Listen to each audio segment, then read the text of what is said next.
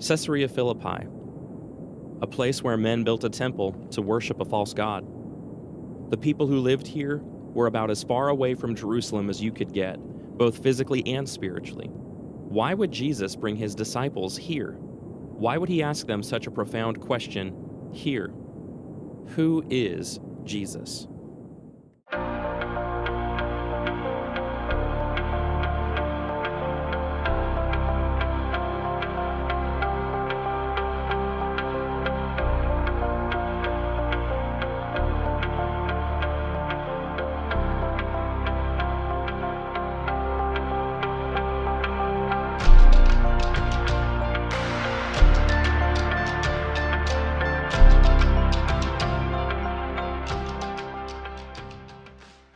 We've been all over the place looking at locations and events that were significant to the life of Jesus. And what we want to focus on in this episode, we want to focus on Jesus' identity, who people came to understand him to be. We want to start back at his presentation in the temple. And there are two people that interact with that young family, and they say some things that are they're astounding. You have Simeon, who interacts with them. He's excited to see this young man. He says in Luke chapter 2, "Lord, you're letting your servant depart in peace according to your word, for my eyes have seen your salvation, that you've prepared in the presence of all peoples, a light for revelation to the Gentiles and for glory to your people Israel." You have this older man that they don't know interact with them at the temple. And then just after that, it says in verse 36 of chapter 2, "And there was a prophetess, Anna, the daughter of Phanuel of the tribe of Asher, who was advanced in years, having lived with her husband 7 years from when she was a virgin, then as a widow until she was 84. She did not depart from the temple, worshiping with fasting and prayer night and day. And coming up at that very hour, she began to give thanks to God and to speak of him to all who were waiting for the redemption of Jerusalem." She says these things about a little tiny baby that she's never met, about a family that she doesn't know. This is not your typical greeting of an infant. You're right. And because of that, I want to take you to a few places here in which Jesus' identity is being revealed to the people. And I'd like to start off in Jerusalem. Then I'd like to go up to Nazareth and discuss Jesus as he preached and taught in the synagogue. And then from there, I want to go back out on the Sea of Galilee. There's a question there about who Jesus is. And then finally, I want to pull it all together with a visit to Caesarea Philippi. The events that take place at these locations hold great significance in trying to answer the question, who is Jesus, the son of the carpenter?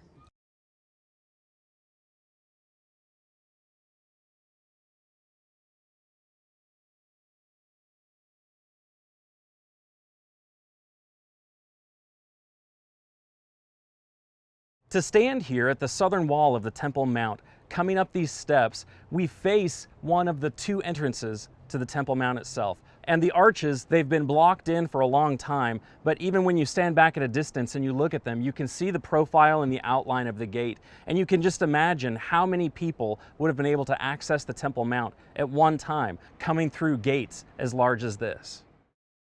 Not to trivialize it at all, but for a modern comparison, I mean, you think about going to a sporting event and going to the stadiums, you think about going to a theme park and the flow of people coming in and out. And so you would have had families constantly going up, and as families finished their business and their sacrifices, they would have been coming down. When you walk up to these gates that are in the wall, you're just humbled at the size of them. I mean, they were 25, 30 feet high. Just think as a Jewish family coming from Galilee, coming to Jerusalem and seeing this huge structure would have just been almost unbelievable. Imagine being Mary and Joseph coming into this space for the first time with your firstborn son to dedicate him at the temple. However, we're going to add to that story a little bit because Luke includes some details that the other gospel authors don't. What he includes is interaction with two individuals, one an older gentleman named Simeon and one a prophetess named Anna. Simeon actually takes Jesus up into his arms. Simeon starts offering praise for being able to see the Lord's salvation before he dies. Now, that's not a normal thing that someone would say upon meeting someone's firstborn child. We like to praise how they look and they remind us of so-and-so. They would have prayed over him, they would have wished good things for the future, but not everyone gets connected with salvation. He got to see the Lord's Messiah, and he recognized something special about Jesus. And Anna does the same thing. When they're done with the dedication, she starts getting excited that she's been able to meet baby Jesus. So even from his infancy, there are some questions about the identity of Jesus that need to be answered, and Simeon and Anna answer those for us.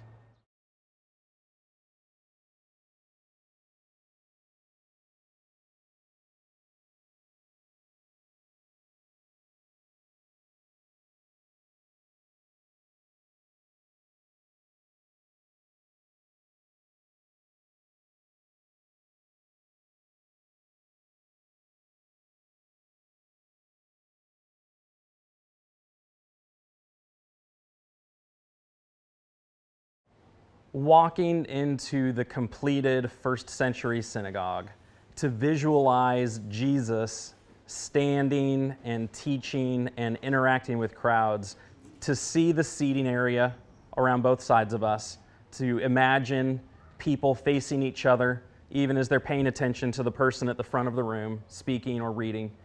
It's a special moment. We're here in the first century replica synagogue in Nazareth Village, and over in Luke chapter 4, it explains one of the times where Jesus comes back to his hometown of Nazareth. In Luke chapter 4, verse 16, it says, "He came to Nazareth where he had been brought up, and as was his custom, he went to the synagogue on the Sabbath day, and he stood up to read. And the scroll of the prophet Isaiah was given to him. He unrolled the scroll and found the place where it was written, 'The Spirit of the Lord is upon me, because he has anointed me to proclaim good news to the poor. He has sent me to proclaim liberty to the captives and recovering of sight to the blind, to set at liberty those who are oppressed, and proclaim the year of the Lord's favor.' And he rolled up the scroll and gave it back to the attendant and sat down. And the eyes of all in the synagogue were fixed on him. And he began to say to them, 'Today this scripture has been fulfilled in your hearing.'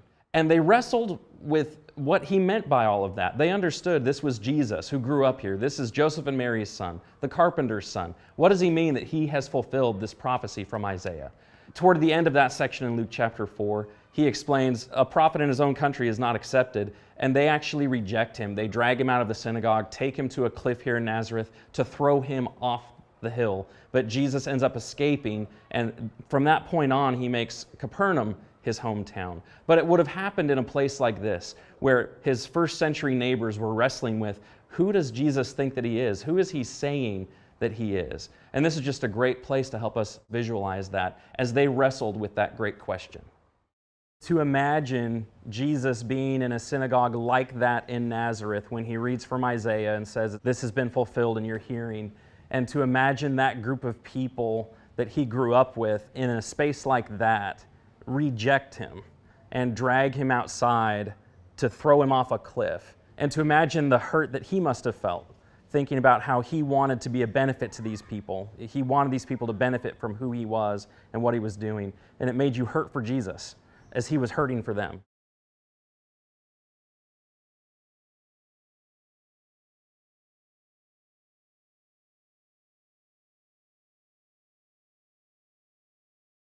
We're on the Sea of Galilee, the northern part of it, up by Capernaum. Capernaum is just a little bit west of where the Jordan feeds into the northernmost tip of the Sea of Galilee.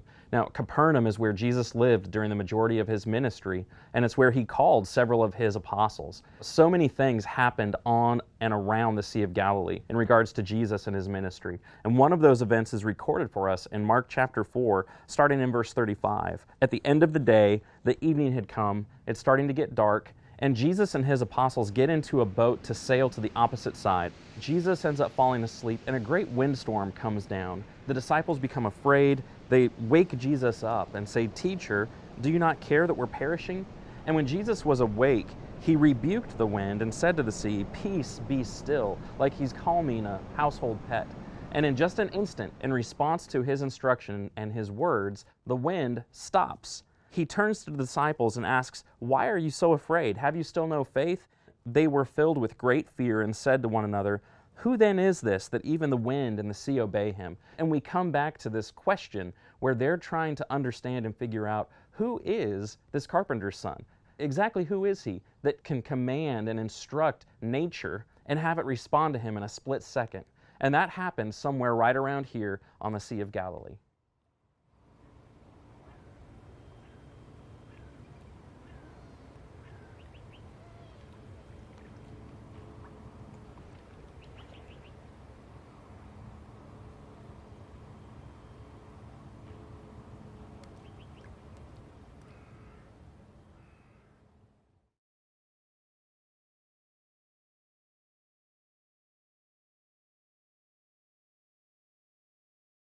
So we've arrived at Caesarea Philippi, about an hour north of the Sea of Galilee.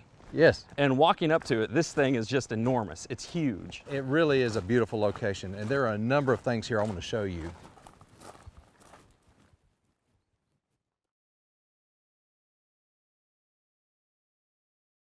This site has a lot of historical significance even prior to the time of Jesus. Well, it does. It sits on an international highway between Mesopotamia and Egypt. And so there was a lot of traffic through here. Okay. People would come through the city, they would trade here, they would stay here, but they would also come here to worship. And what they worshiped was a grotto and temple dedicated to the god Pan, and that's where the name Paneas came from. Okay. Now, since then, the word has changed a little bit, and we now call it Banias. Okay. Changed the P to a B. And this was set up by Herod Philip II, the son of King Herod. Okay, so this is Herod the Tetrarch. We read about him. Correct. And in this same area, we also have something that was built in dedication to one of the Caesars, Caesar Augustus. And we don't know that it was exactly right here, but it was here in Caesarea Philippi, somewhere in the area. That's correct. King Herod built 3 temples. One was here at Caesarea Philippi, there was another one at Caesarea Maritima, and there was another one at Samaria. And we have examples of some of that. You know, we have some of these pillars, some of these capitals, but besides that, I mean, what most people come to see is the remains of those temples and the sacrificial site to Pan. That's correct. And those are just up the hill over there. Okay.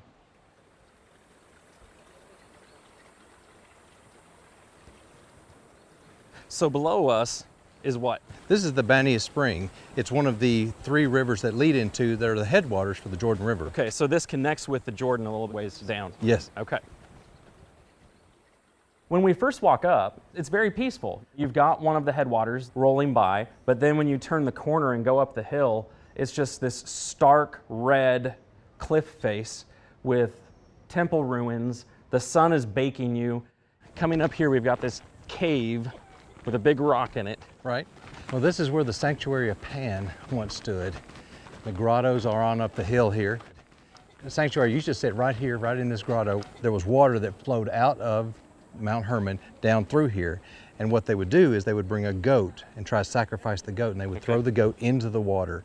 And if the goat sank, that was good. If it did not and it floated, that meant that Pan rejected their sacrifice. Unfortunately, at that point, the next sacrifice was a child. And so they would bring a child up here and throw the child into the water. That's horrible. Yes. So at some point, this was all filled in. Water's Yes. not flowing out anymore. No, it was all filled in. There was a huge building here, and the water would flow out and it'd flow down to the stream where we were below. Okay.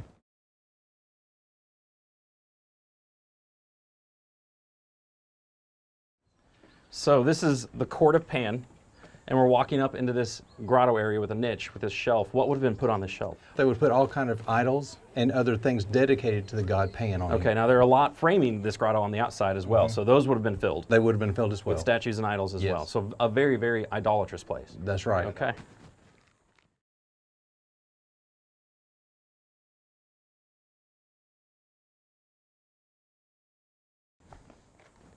So we've got this arch, the niche right there. Yeah. And the temple would have come out from here and sat on this platform. Of course, a lot of it has fallen down over the years. So this whole floor has sunken in. Yes. You were saying seismic activity in the area. That's right. This is where a statue would have sat, here at the court of Nemesis.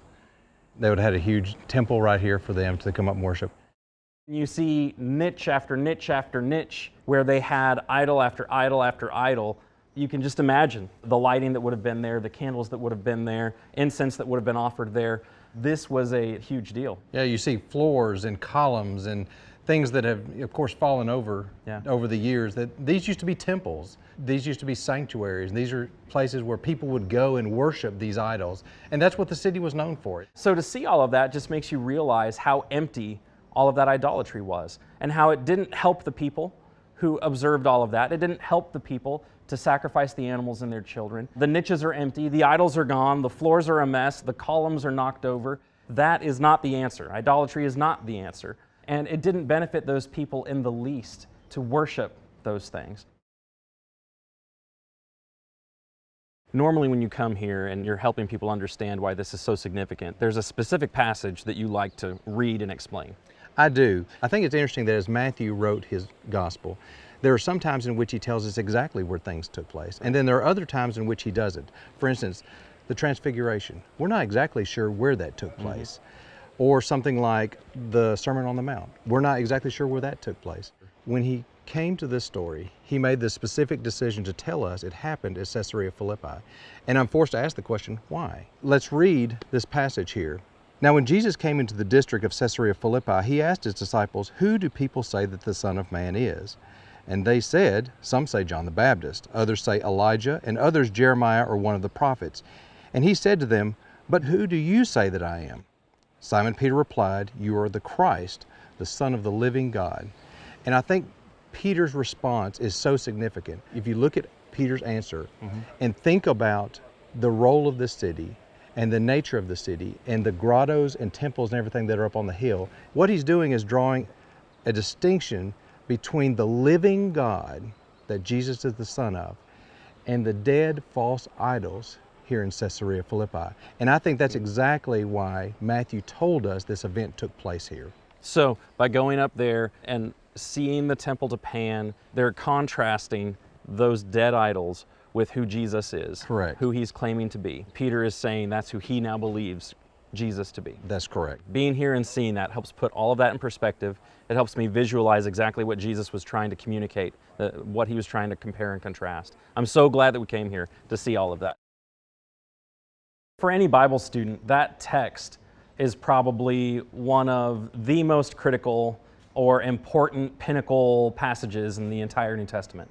And so to go to the place, the region where Jesus asks that question and Peter answers it is just huge.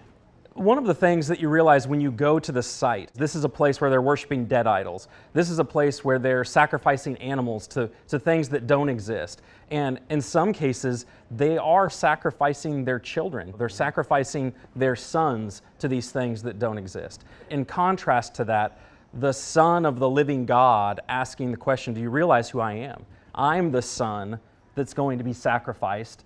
It just blows you away to realize the stark contrast. And so I think to be there, to have that explained, to be able to visualize that helps you appreciate how immense the question and how significant the answer is. This wasn't just a carpenter's son.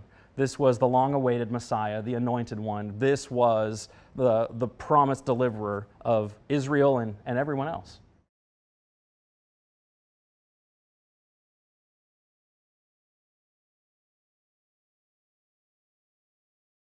In this episode of Following the Messiah, we've been trying to look at different events in the life of Jesus where his identity is being questioned, where people are trying to figure out, who is this man? We talked about Simeon and Anna at the dedication of Jesus at the temple, them acknowledging that this is the Lord's Messiah. We talked about Jesus explaining to his hometown synagogue that he was the fulfillment of the prophecy in Isaiah. Now they rejected him, and then he went on to Capernaum. We culminated by going over to Caesarea Philippi, where Jesus asks his apostles a very personal question. First by saying, who do people say that I am? And then really bringing it home and asking them, after all the time they've spent with him, all the teaching they've heard, and what they've seen him do, who do you say that I am? Every person in every generation has to answer that great question. Who is Jesus? Is he the Son of God, or is he not? Our hope is that you'll be able to answer that great question by saying that Jesus Christ is the Son of the living God.